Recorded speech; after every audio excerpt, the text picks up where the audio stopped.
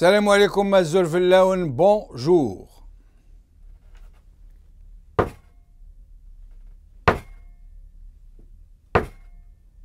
Les 3 coups de brigadier viennent de résonner sur le plancher de la scène politique.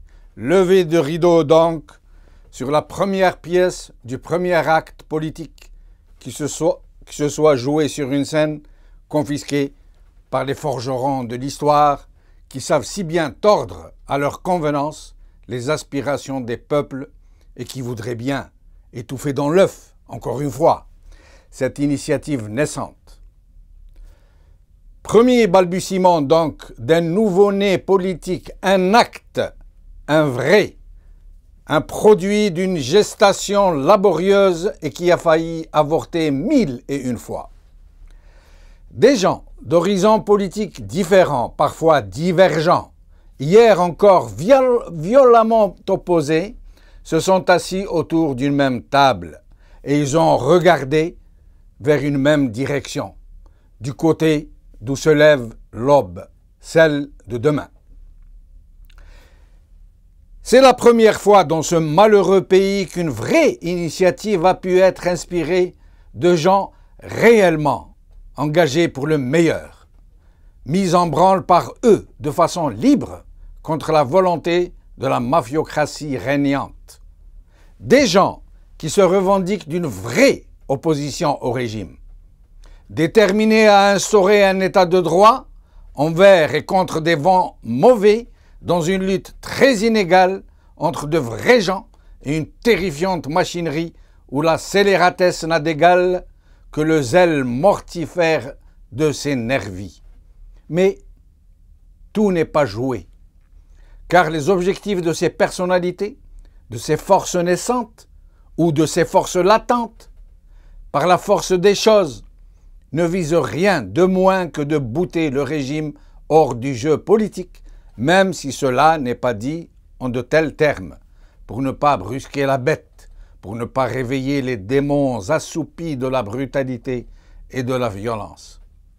La transition visée n'est rien d'autre que de préparer un changement en douceur, mais un changement tout de même, pour aller vers un état de droit. Donc, dans un état sans les mafieux qui ont fait main basse sur toutes ces institutions. Il ne faudra donc pas se leurrer. Les vrais maîtres du jeu, ceux qui sont tapis à l'ombre du pouvoir, mais qui n'en contrôlent pas moins tous les rouages, n'accepteront pas de se laisser bouter hors de ce qu'ils considèrent comme la propriété, les brisées de leurs maîtres dont ils ne sont que les gardes-chasse, les métayers dociles qui ne s'en servent pas moins sur la bête dans une curée hurlante. Dans un passé encore récent, qui continue de palpiter de douleur, ils n'ont pas hésité à lancer la mort et la dévastation contre ceux qui avaient menacé de leur ravir le pouvoir. Leur suzerain, cette puissance étrangère qui les avait couverts, qui avait étouffé les cris des suppliciés, qui avait fait d'eux les sauveurs de la République contre les hordes islamistes, est aujourd'hui là. Elle est encore là, aux commandes, encore plus qu'elle ne l'a jamais été, au point où elle est parvenue à imposer l'élection d'un impotent à la tête du pays dans une parodie d'élection. Cette puissance étrangère n'est pas prête à envisager des changements qui pourraient déranger ses petits et grands projets pour toute la région. Ce n'est pas pour rien que Hamroche a appelé l'armée à jouer le rôle crucial que l'histoire lui a désormais dévolu. Commencer par chasser les chefs de l'armée qui ont le doigt sur la couture du pantalon, garde à vous, face à cette puissance et qui font montre à son endroit d'une obéissance zélée pour des raisons de vil chantage. Il faudra donc s'attendre à une réaction du régime contre cette heureuse initiative. Des conflits d'ego vont surgir, s'envenimer, se répandre sur la place publique. À Dieu ne plaise de toute façon. Mais tout sera entrepris par le régime pour semer la discorde entre les fondateurs de cette belle équipée politique. La meute sera lâchée et de la même manière qu'elle a tué un tel événement sans y faire la moindre allusion, elle se répandra en calomnie aboyeuse quand le sifflet du maître retentira. Aujourd'hui, nous vous proposons les titres suivants. Al-Watan, émotion et espoir à Mazafran. Liberté. La conférence nationale sur la transition s'est tenue hier à Zeralda. Paris réussi pour l'opposition. Et enfin, Algérie Focus. Algérie, les démocrates laïcs et islamistes algériens ont-ils enterré la hache de guerre? Je souligne, les démocrates, Algérie Focus a parlé de démocrates de deux partis. Alors, aujourd'hui, avec nous, pour parler de ces promesses d'aurore démocratique, le docteur Sofiane Gilali, président de Gil Jadid et membre fondateur de la conférence pour la transition démocratique. Ahmed Denegueouch, cadre du RCD, secrétaire national aux relations internationales et aux institutions. Badreddine Gerfa, cadre du FIS. Abdou Sammar, rédacteur en chef d'Algérie Focus. Hassan Farhati, frère de disparus et représentant de SOS disparus. Sofiane Gilali, merci d'avoir répondu à notre invitation. C'est moi qui vous remercie. Voilà. Alors, que pouvez-vous nous dire, que pouvez-vous dire à nos téléspectateurs qui attendent de vous donc que vous leur apportiez la bonne nouvelle? Apporter la bonne nouvelle, vous savez, c'est pas toujours Noël pour ceux qui pensent que le Père Noël peut apporter quelque chose. Non, soyons très sérieux. La situation du pays est très grave et une conscience s'est mise en œuvre. Vous savez, au-delà des partis politiques, vous avez toute la classe intellectuelle, les journalistes, les universitaires, mais également des hommes de presse qui ont soutenu cette initiative. Je vous rappelle que des journaux que vous avez cités, sans aucun intérêt, au contraire mettant en risque leurs propres intérêts, ont parlé en bien de cette initiative, l'ont soutenue en quelque sorte, lui ont apporté le souffle dont elle avait besoin. Et c'est un signe très positif. Et au-delà de ces journaux qui sont ici en Algérie, votre propre chaîne a joué un très grand rôle dans la prise de conscience. Et c'est pour ça que l'occasion qui m'est donnée, je veux réaffirmer combien vous avez été utile pour cette action. Ça nous a permis de renouer les fils entre les gens qui ne se parlaient plus, qui se tournaient le dos, mais qui aujourd'hui s'assoient autour d'une même table. Globalement, Sofiane Gilali, avant d'entrer dans certains détails, vous pensez que ça s'est bien passé, que c'est prometteur, que nous pouvons espérer que demain sera encore meilleur qu'il n'a été hier? Parfaitement. La réunion d'hier a été un succès indéniable. Toute la presse en a parlé. C'est quand même... c'était un moment historique, beaucoup l'ont dit, répété. Je pense que c'est fondateur de quelque chose. Maintenant, après avoir réussi ce premier pas, qui était beaucoup plus de l'ordre de la symbolique, qui était un choc psychologique, qui a réveillé un peu les consciences, maintenant il reste tout à faire. C'est-à-dire, il faut qu'on soit heureux, qu'on se congratule pour cette réussite, mais il faut qu'on sur terre et qu'on se dise que tout le chemin est encore à faire. Parce que, comme vous l'avez dit dans votre introduction, le pouvoir ne va pas rester les mains croisées, il va tout faire pour essayer de faire exploser la coordination des partis. Il va bien sûr essayer de manœuvrer pour nous empêcher d'aller de l'avant. Donc ça, c'est un ennemi qui est, disons, objectif. Mais aussi, il y a toutes les autres difficultés qui sont naturelles. Les anciens du FIS qui se retrouvent avec d'anciens militaires à la retraite ou d'anciens partis politiques qui étaient absolument dans le sens inverse. C'est pas facile de revenir avec toute la raison, avec tout le cœur, avec toute la volonté, mais il y a des difficultés objectives à surmonter. Symboliquement et psychologiquement, nous avons réussi ce tour de force. Maintenant, il faut aller plus loin. Et il faut pouvoir apaiser les âmes, trouver une sérénité, proposer aux Algériens une issue vers l'avenir et ne pas retourner vers le passé. Il ne faut surtout pas remettre sur la table les anciens dossiers, même si pour certains sont tout à fait légitimes. Mais nous avons besoin, en tant qu'opposition, de travailler sur l'avenir et laissons le passé pour un peu plus tard, pour résoudre et cicatriser. Restez avec nous, docteur. Ahmed Denegheouch, merci d'avoir répondu à notre invitation.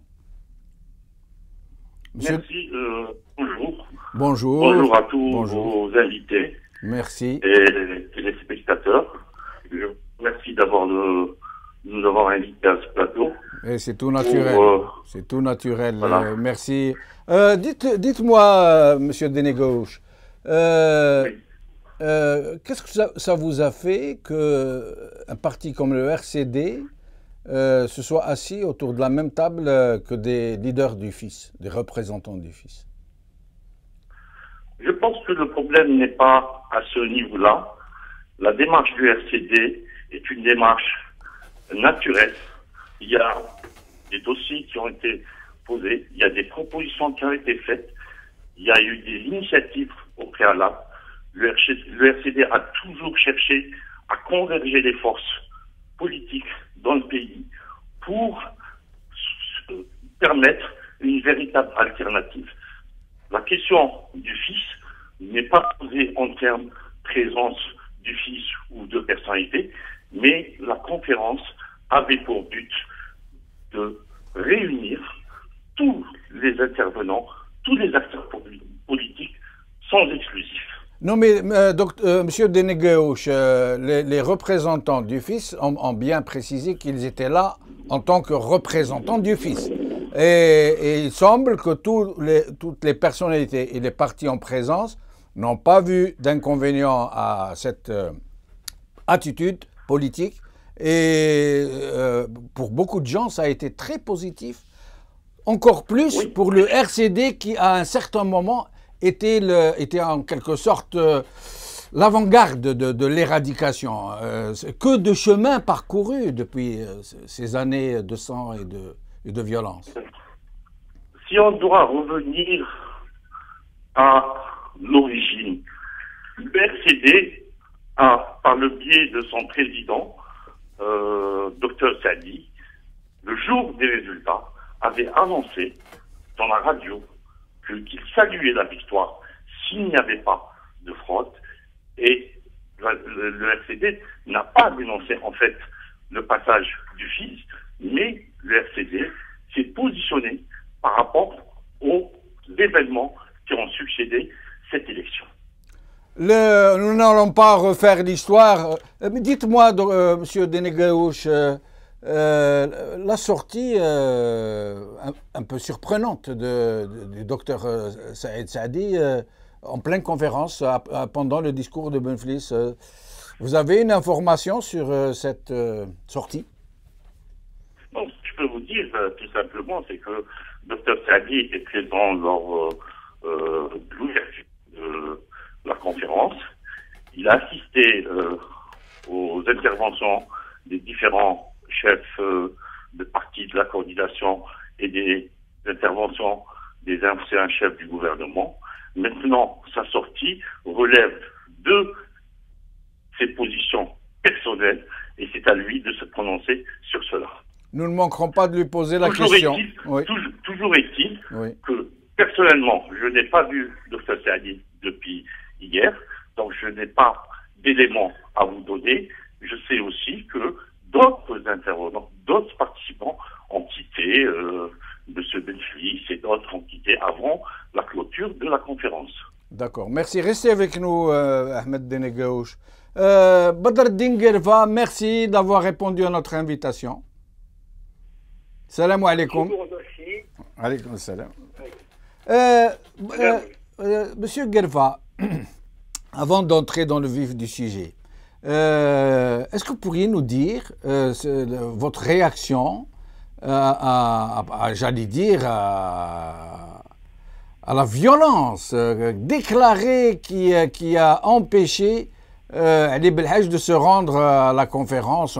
C'est une foule de policiers, de voitures, paraît-il même motorisées, de voitures, de police, de centaines de gens, paraît-il. Et puis M. Ali Belhaj est retourné chez lui et il a refusé enfin, il n'a pas voulu compromettre la suite des événements en se rendant simplement à cette conférence. Il a préféré retourner chez lui. Qu'est-ce que vous en pensez?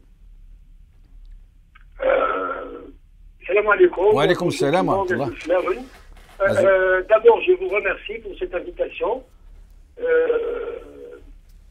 Je suis d'abord heureux de voir les Algériens se retrouver, se parler, quelle que soit leur tendance politique.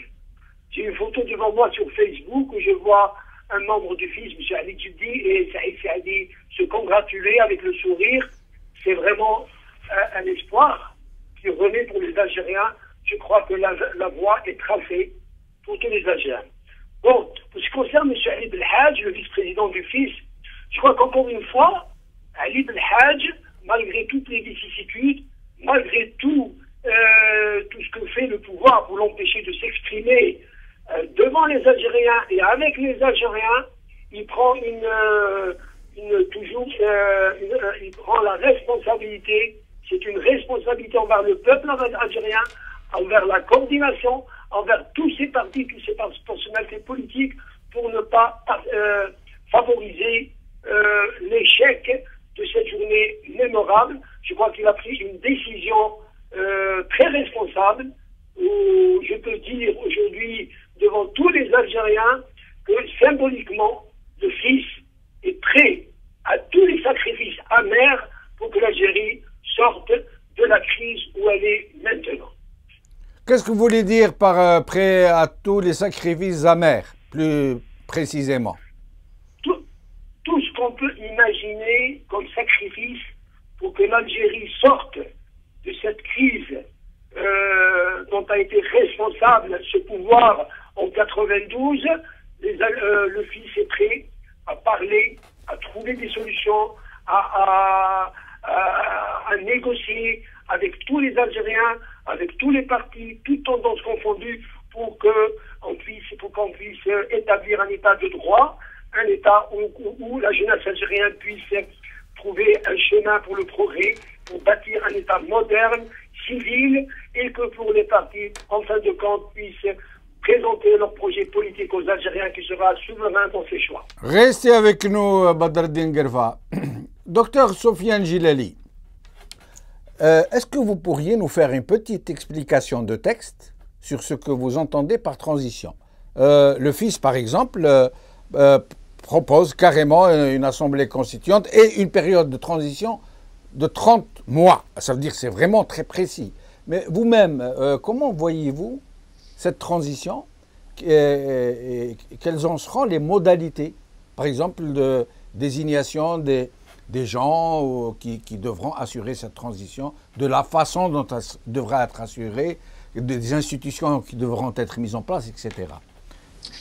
Oui, je comprends très bien votre question, d'autant plus que la conférence nationale porte le nom justement de Conférence pour les libertés et la transition démocratique. En fait, l'intitulé fait référence plus à cette transformation du pays d'un état de non-droit vers un état de droit, d'un état non démocratique vers un état démocratique. Cependant, pour se dérouler les événements dans cette phase intermédiaire, nous n'avons pas voulu trop nous étaler. Vous avez lu dans la plateforme qui a présenté un peu les mécanismes de cette transition-là. Nous pensions dès le départ que la première conférence sera suivie d'une autre.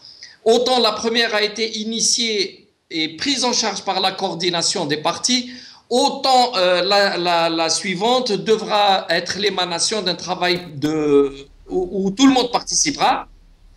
Donc forcément, on ne voulait pas mettre en place ni un calendrier, ni des mécanismes très précis pour pouvoir en discuter au préalable avec tout le monde. Maintenant, la coordination nationale pour les libertés et la transition démocratique va devoir engager de nouveau un dialogue et une discussion avec un grand nombre des partenaires qui étaient présents hier à la conférence. Et avec eux, ensemble, on devra bâtir ou construire un nouveau cadre, une superstructure qui réunira autant la coordination que les différents groupes, pôles et autres de partis politiques. Ça veut dire, si j'ai bien compris, docteur, vous voulez accorder les violons de tout le monde avant d'entamer la partition proprement dite. Ça veut dire pour vous... C'est ça, parce que la transition n'est pas de notre choix au niveau de la coordination. Nous avons conscience que nous sommes peut-être un élément accélérateur de ce mouvement de convergence de toute l'opposition. Les 6 parties prenantes qui ont agi à l'intérieur de la coordination ont conscience que nous sommes insuffisants en nombre et en force par rapport à ce que peut représenter l'ensemble de l'opposition. Et donc nous voulons travailler avec tout le monde, sans exclusion, définir cet avenir-là avec tout le monde. Ça ne nous appartient pas en tant que coordination, ça doit appartenir à l'ensemble de l'opposition. Voilà pourquoi on n'est pas rentré dans certains détails qu'on a laissé plutôt sur la table pour qu'on puisse en parler fraternellement avec tous les autres. Restez avec nous, docteur. Alors, Abdou Sammar, rédacteur en chef d'Algérie Focus, merci d'avoir répondu à notre invitation. Merci beaucoup, merci à vous de nous avoir invités. Merci.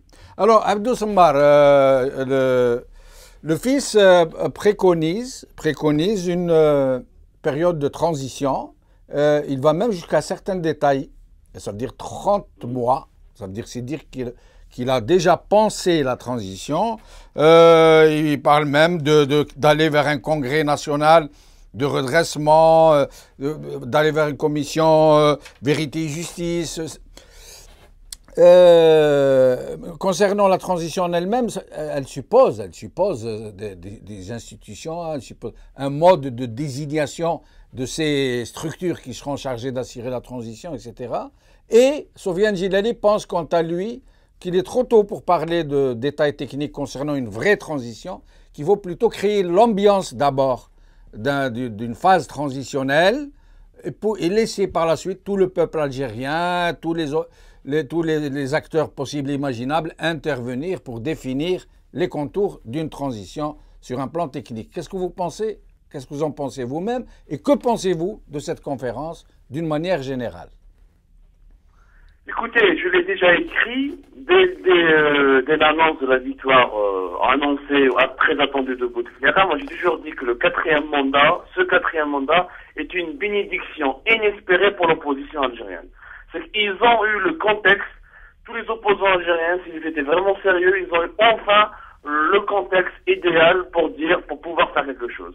C'est-à-dire que le pays était prédisposé à ce qu'il y ait une opposition qui doit se construire. Parce que plus grave qu'une situation politique pareille, il n'y en aura plus certainement dans l'histoire de l'Algérie.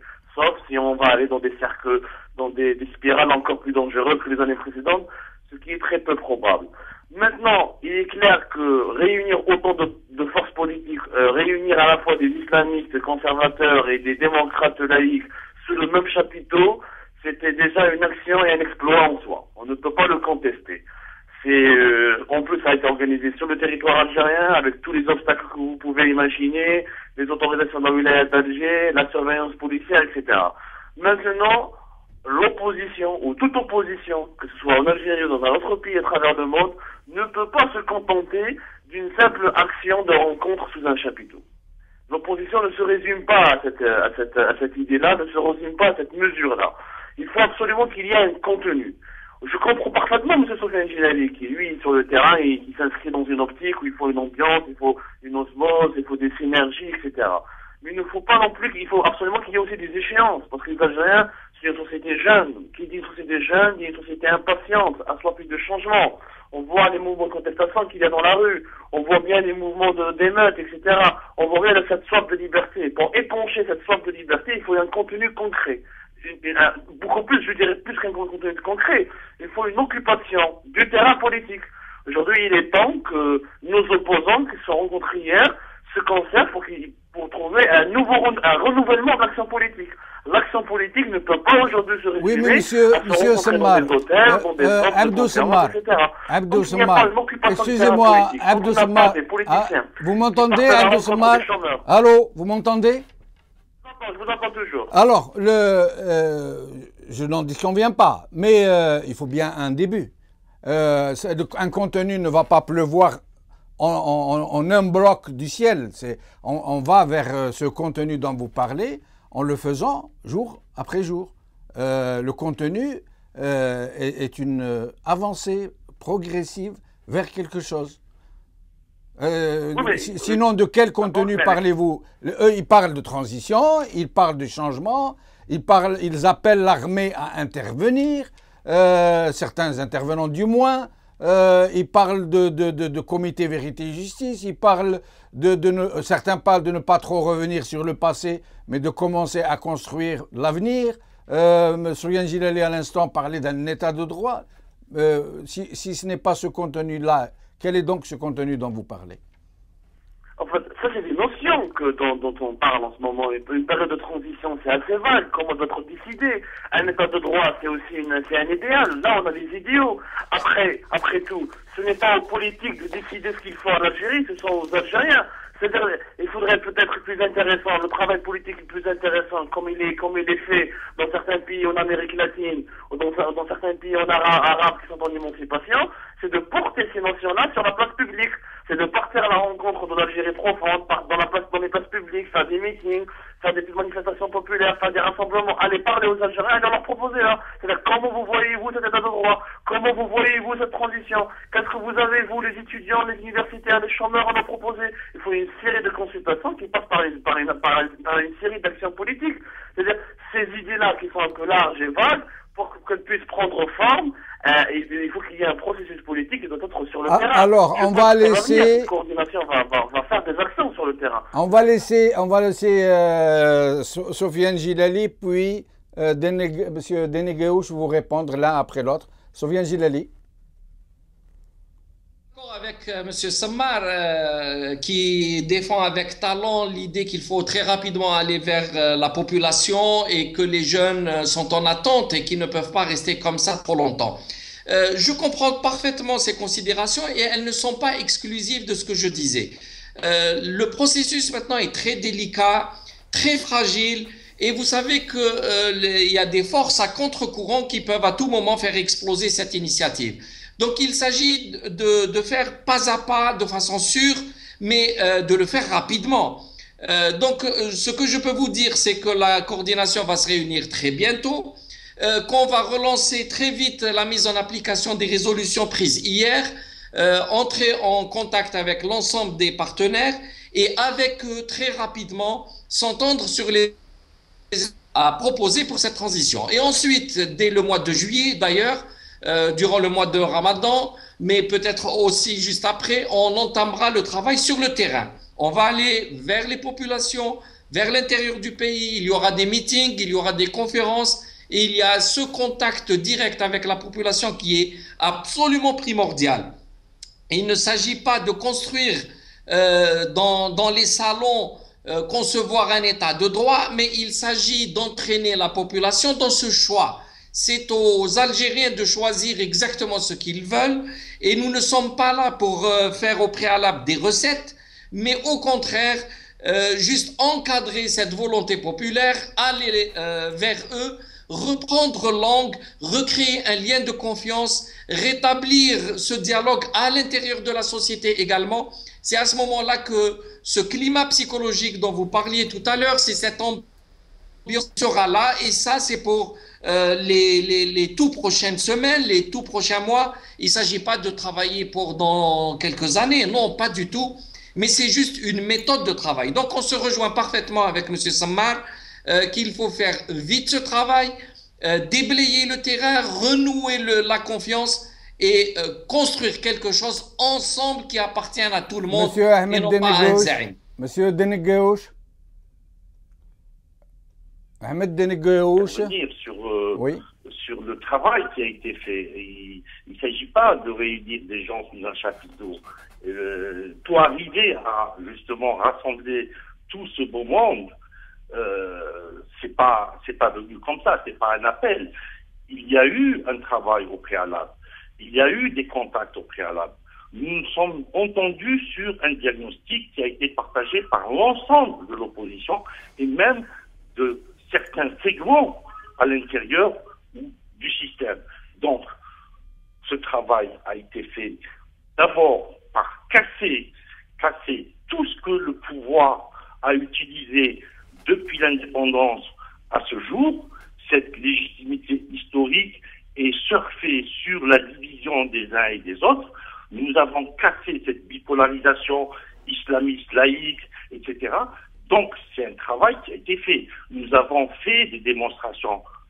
Le RCD a organisé des marches du 15 avril. Il y a eu quand même une marche qui a été importante au niveau de certaines villes. Dans d'autres villes, elle a été interdite. Nous avons fait un meeting à la Salle Haja pour appeler au boycott. Donc, il y a eu un travail. Il y a eu une commission politique qui a été installée et dont je faisais partie, donc, qui a travaillé, qui a produit un document, qui est la plateforme ou le projet de plateforme. Nous avons parlé des mécanismes pour une transition démocratique. Nous avons parlé du gouvernement de transition démocratique consensuelle. Nous avons parlé de l'autorité indépendante et permanente pour l'organisation des gestions des élections, c'est-à-dire enlever au ministère de l'Intérieur. Nous avons réfléchi sur tout ce que le pouvoir a utilisé jusqu'à ce jour comme fraude électorale pour se maintenir ou coopter la clientèle au pouvoir. Nous avons travaillé sur justement les blocages qui se faisaient d'une manière horizontale entre justement les différents partis d'opposition. Donc, ce n'est pas tombé du ciel. C'est pas comme ça, c'est pas un chapiteau, un jour on se retrouve et tout ça. Donc, l'ensemble des participants lors de la conférence nationale ont partagé tous le diagnostic. Sur les mécanismes, oui. Il y a des propositions. Nous avons pondu des recommandations. Il va y avoir donc des contacts avec les autres participants pour réfléchir justement sur... Mais toujours est-il que le but, c'est aller vers des rapports de force, c'est-à-dire créer et proposer, faire une autre politique pour une véritable alternative. C'est ça qui est important à retenir. Quand vous parlez de rapport de force, qu'entendez-vous au juste par là? Rapport de force pour aller un jour dialoguer. Il faut bien qu'on arrive à dialoguer avec le pouvoir. Mais il ne faut surtout pas, à mon sens, aller maintenant. Le travail doit se poursuivre.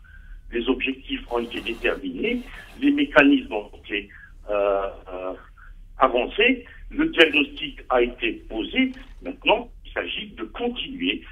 C'est pour cela qu'il y aura d'autres conférences, des conférences régionales, des conférences thématiques qui vont être programmées dans l'avenir. C'est une conférence nationale d'ouverture. Et vous ne pensez pas que le pouvoir va vous mettre des bâtons dans les roues? Et quels bâtons? Il est dans son rôle. Le pouvoir a toujours fonctionné de la sorte. Il a toujours segmenté la société, utilisé l'argent de la rente, utilisé la police pour faire taire les contestations ou les marches.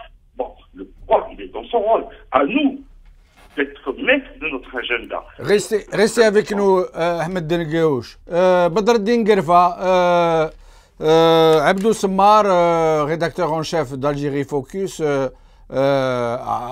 semble avoir apprécié donc l'initiative, comme tout le monde, mais il dit qu'il manque du contenu, de la réalité, du vrai, que vous avez, je présume que vous avez entendu son intervention. Qu'est-ce que vous pourriez lui répondre? Non, je ne sais pas que je vais lui répondre, mais je comprends son cri de cœur. Mais en même temps, je pense qu'il ne faut pas aller trop lentement, il ne faut pas aller trop rapidement. C'est pour ça que je dis, je suis d'accord avec ce que dit M. Soufiane Djilali. Le problème n'est pas facile, il y a trop de blessures,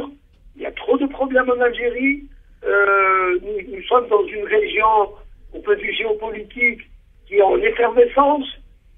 Donc il y a beaucoup de choses qu'il faut prendre en compte, mais dans tous les cas, il faut être très volontaire, il faut avoir une volonté exemplaire, et je salue au passage cette volonté de la coordination d'aller au plus vite, avec des pas sûrs, faire une solution négociée pour trouver une issue à l'Algérie. Mais dans tous les cas, il faut aller vers le peuple algérien, en particulier vers la jeunesse algérienne qui a perdu espoir. Il faut provoquer la discussion et le dialogue, soit avec des conférences ou des manifestations avec les étudiants algériens. L'université algérienne, tout le monde le sait maintenant, et elle marche au ralenti. Il faut réveiller cette machine, la machine de l'université. Il faut remettre le débat à l'université. Il faut remettre la femme algérienne dans les débats, dans les choix politiques et sociaux de l'Algérie. Je crois qu'il faut aller sur le terrain avec une feuille de route claire, avec des dates claires, tout en faisant attention à tous les bâtons que puisse y mettre dans les roues ce pouvoir qui ne cherche pas de solution pour les Algériens. Et j'entends M. Sellel, le Premier ministre, dire que le fils ne reviendra plus. Il veut remettre le débat dans le faux chemin, la dualité fils-pouvoir. Je dirai au pouvoir que le débat maintenant est une dualité entre le peuple algérien, la jeunesse algérienne, la femme algérienne avec ce pouvoir, et malgré ça, nous tendons la main à ce pouvoir pour trouver une solution négociée, et tous les exemples dans les transitions démocratiques, soit en Amérique du Sud, au Portugal, en Espagne, se font ensemble entre les forces de changement et le pouvoir. Abdou Sammar, personne ne disconviendra que Hamrouche est un produit pur de haine du régime. Écoutez cette phrase qu'il a dite. Parlons de cette conférence. Il a dit, je le cite, « C'est l'acte de naissance du pluralisme politique.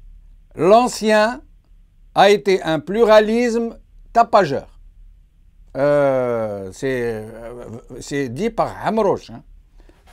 Qu'est-ce que vous en pensez?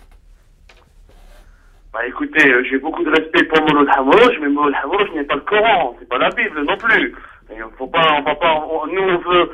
sortir de la sacralisation d'un régime. Non, Abdou Sammar. Abdou Sammar, un fils de ce système. Abdou Sammar, ne me faites pas dire, s'il vous plaît, ne me faites pas dire ce que je n'ai pas dit.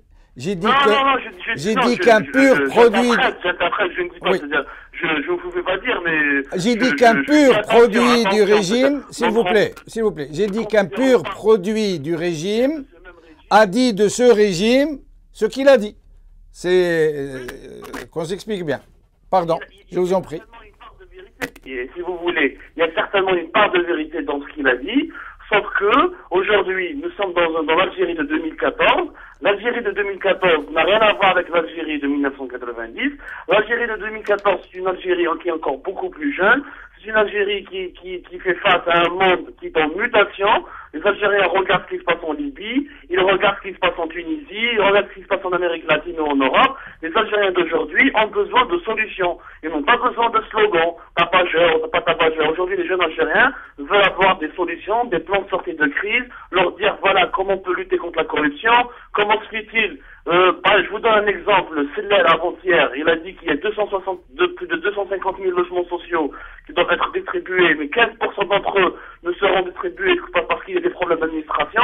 Donc les Algériens aimeraient bien que leur élite politique leur dise comment ça se fait que la bureaucratie en 2014 empêche la distribution d'un grand nombre de logements sociaux. Quand le fils du Wali d'Alger, par exemple, prend un logement à la place d'un simple Zawali, d'un simple demandeur d'emploi, on aimerait bien savoir comment notre élite politique pourrait proposer des solutions contre ce genre de fléau.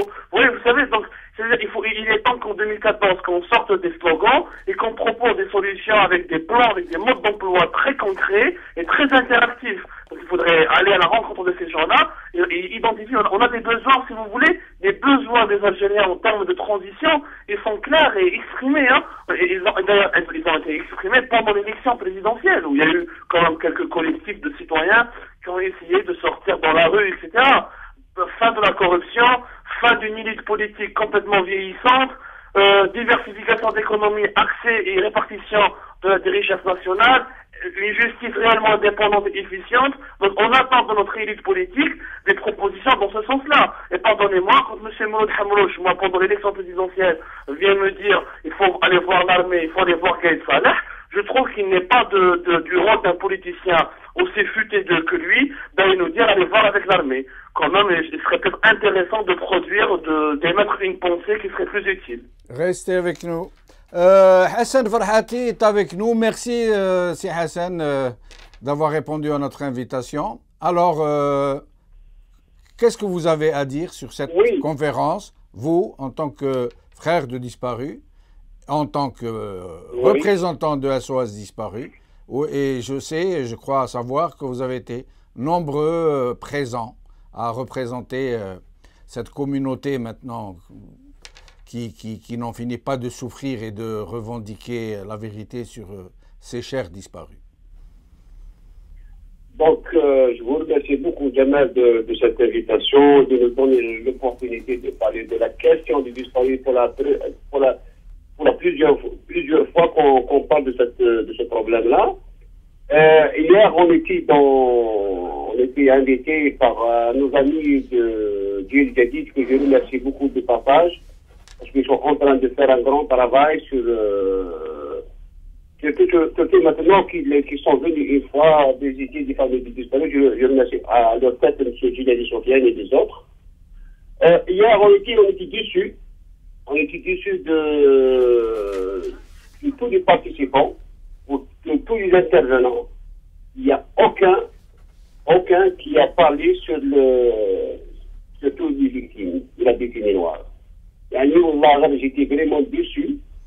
C'est comme effacer une histoire.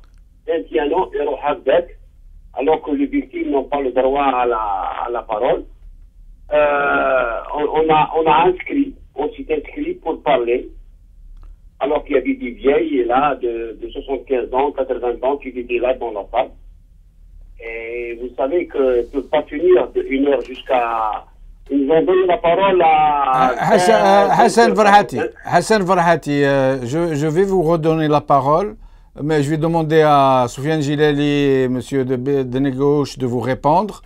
Mais je crois savoir que les représentants du FIS ont parlé de comité vérité et justice.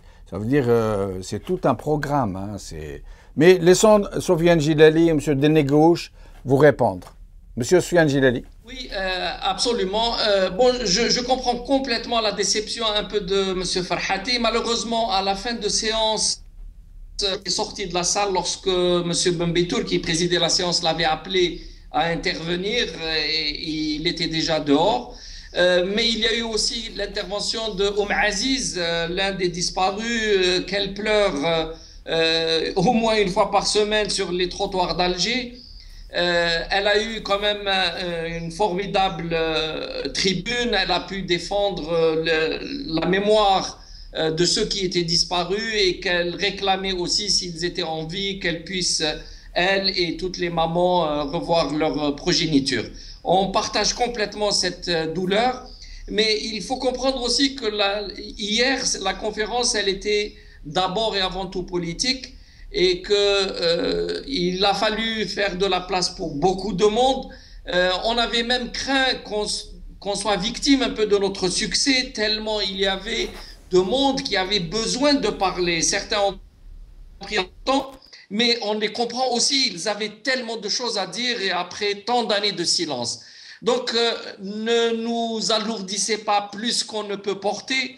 Il est évident qu'on peut mieux faire, qu'il y aura d'autres rencontres, que les gens vont modérer aussi la durée de leurs interventions et que cette fois-ci ou cette fois-là, il y aura encore plus d'interventions. Mais M. Farhati, comme tous les autres, ont toute notre sympathie et on ne les oubliera pas. Monsieur Denegouche, Que pourriez-vous répondre à M. Farhati qui... Ah, je crois que M. Denegouche n'est plus avec nous. Mais nous l'avons perdu. Nous le remercions en tout cas d'avoir participé à cette émission. Monsieur Farhati, vous avez entendu la réponse de M.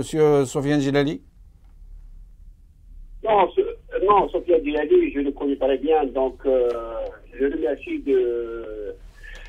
déjà de nous avoir invités, donc c'est un honneur pour lui et pour les autres. Mais quand je vois ce que je voudrais dire, on voit parler sur la décennie noire. La décennie noire, dans la plateforme qu'ils ont écrit, je ne vois aucun mot sur la commission de vérité et de justice pour reporter des victimes. J'aimerais bien. Mais je sais là ce que vient de déclarer Djilali Sofiane. Inch'Allah, pour la prochaine fois, Inch'Allah, tout le monde va parler. Ce qu'on souhaite, parce que le peuple algérien a soif de parler. Le peuple algérien a vraiment soif de dire ce qu'il pense de ce pouvoir-là. J'espère que, Inch'Allah, il y aura d'autres opportunités pour parler de la question de la disparition ou des victimes du terrorisme. Inch'Allah, ensemble, on trouvera des solutions ensemble. Nous, les victimes, on ne pourra rien faire sans le parti politique ou sans la société civile. Merci, M. Farhati, en espérant vous revoir bientôt. M. Badreddine Guerfa. Monsieur Badreddine Guerfa, oui. Vous parliez tout à l'heure... Oui, je suis avec vous. Vous parliez tout à l'heure du retour du fils, du retour éventuel, très probable, du fils, même si en fait il est toujours sur la scène, il n'a jamais réellement disparu.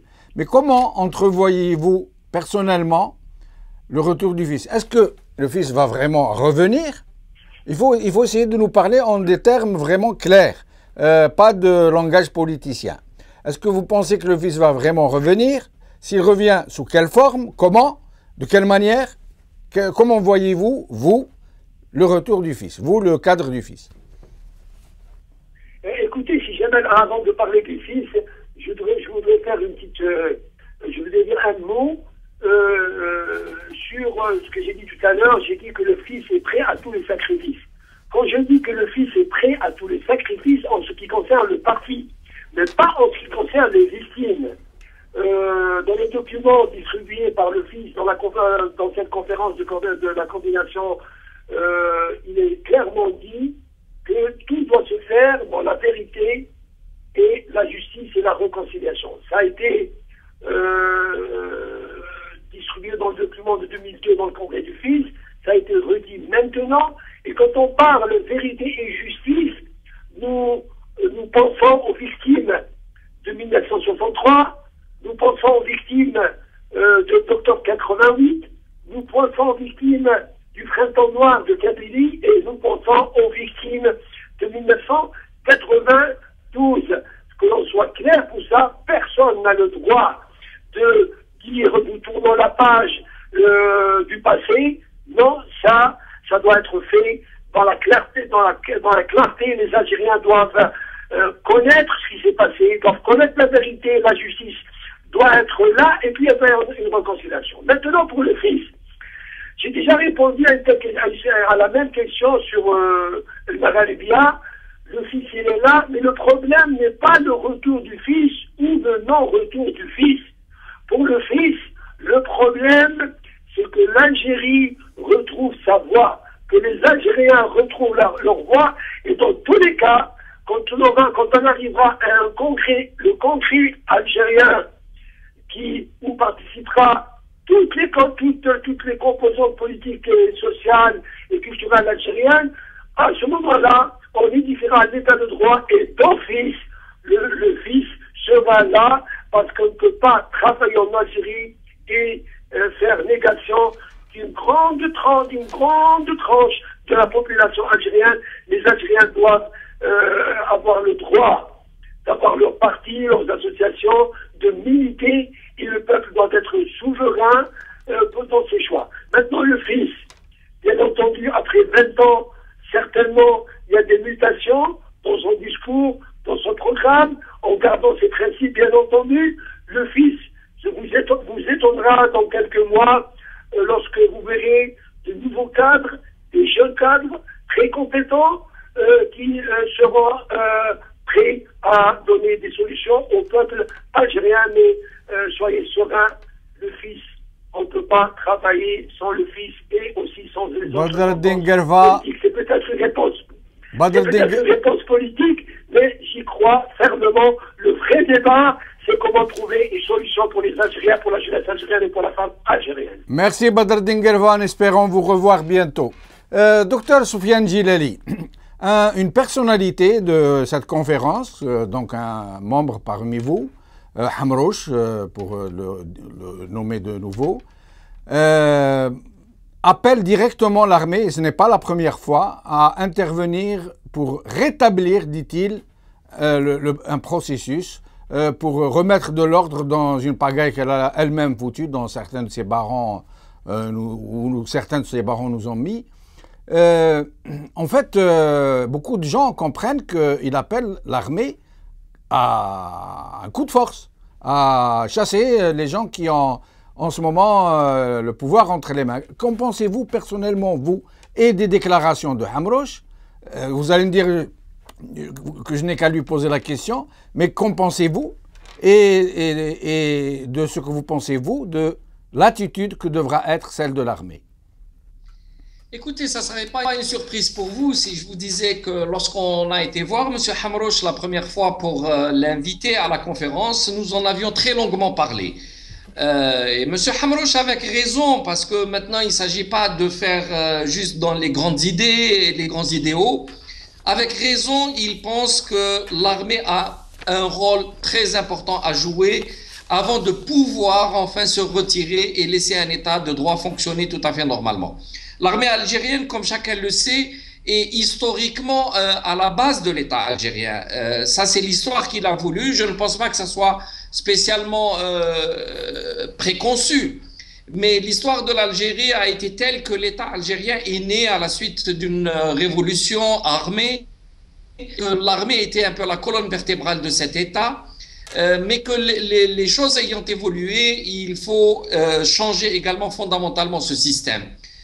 Bien sûr que l'armée aussi est impliquée dans la venue de M. Bouteflika, qu'elle a relativement imposé à la société, qu'elle a maintenu, gardé, etc. Et en fait, sa responsabilité est engagée dans ce qui se déroule aujourd'hui. Alors tout le monde sait que c'est avec l'armée que nous pourrons faire quelque chose à l'avenir.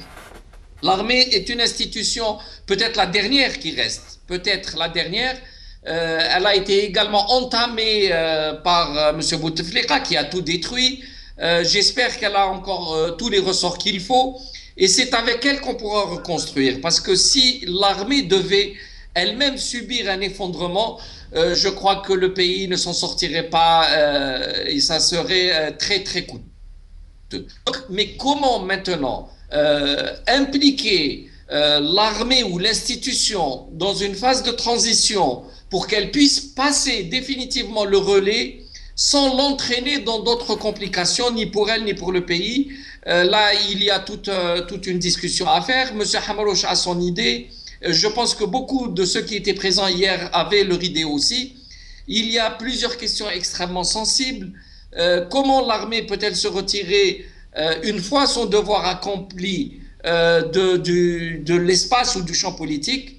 Comment cette question qui revient sans arrêt, les anciens qui dirigeaient le fils, peuvent-ils revenir à la vie politique et à la vie citoyenne sans remettre en cause de nouveau les équilibres fondamentaux du pays, sans surtout devenir un instrument d'anti-propagande de la part du pouvoir actuel? Pas échappé par exemple que M. Ouihia a invité autant Madani Mezrag que certains dirigeants du groupe de M. Ali Belhadj, parmi eux Boukhamkham par exemple, et que c'était fait dans l'intention sciemment de les retirer de l'opposition et de les mettre de leur côté. Ils ont même tenté de tendre la perche d'un retour du fils. Mais lorsqu'ils ont vu que les principaux dirigeants du fils étaient présents à la conférence nationale, Cela ne leur a pas plu, bien entendu, et M. Sellel s'est fendu d'une déclaration pour dire que le fils ne reviendra jamais. Et on s'attend à ce que le pouvoir va essayer de faire peur aux Algériens en leur disant que l'opposition veut de nouveau nous ramener à 90, que les gens du fils sont toujours les mêmes, qu'ils n'ont pas changé et qu'ils voudront venir même s'il le faut par la violence. C'est pour cela que moi, je remercie tous ceux qui ont parlé au nom du fils, qu'ils apportent les éléments de preuve, d'explication, de pédagogie, que le fils a vécu sa période, son contexte historique, mais qu'eux n'ont pas l'intention d'ouvrir le passé, mais qu'au contraire, ils veulent contribuer à construire l'avenir. Merci. C'est très bon pour l'avenir du pays. Merci Sofiane Gilali. J'espère vous revoir bientôt sur la chaîne Magharibiya. Cette émission est terminée. J'imagine que le sujet est loin d'être entamé et que nous y reviendrons très certainement. Azul Villaoun, salam alaikum, au revoir.